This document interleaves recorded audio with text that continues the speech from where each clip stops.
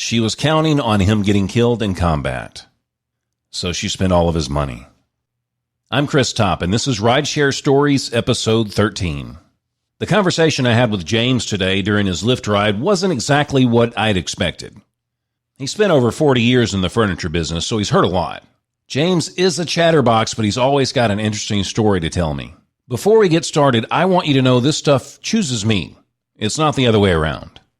Clarksville's a military town, so it's not unusual to hear tragic stories of loved ones never returning home. In this particular instance, the guy's wife was counting on it. The soldier was deployed in a particularly dangerous place, and his wife knew he'd never return home. Or maybe she was hoping he'd never return home. I'm not really sure. She ended up spending thousands and thousands of dollars the guy had put away for retirement. She was back home living the good life, thinking she'd be able to cash in on his fat life insurance check and carry on even after the account was empty.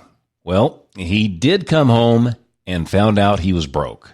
I'm not exactly clear on the details or course of action the returning soldier implemented, but I'm sure he had to be furious. An angry soldier and his deceitful wife. That's not the story here.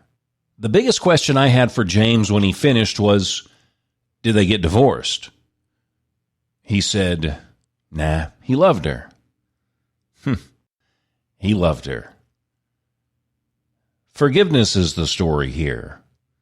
I've held grudges in my life for far less. Maybe it's time to let a few things go. Hi, I'm Keelan, the good-looking one of Making Sense. Make sure you subscribe on Apple Podcasts. Thanks for listening to this Chris Topp program production.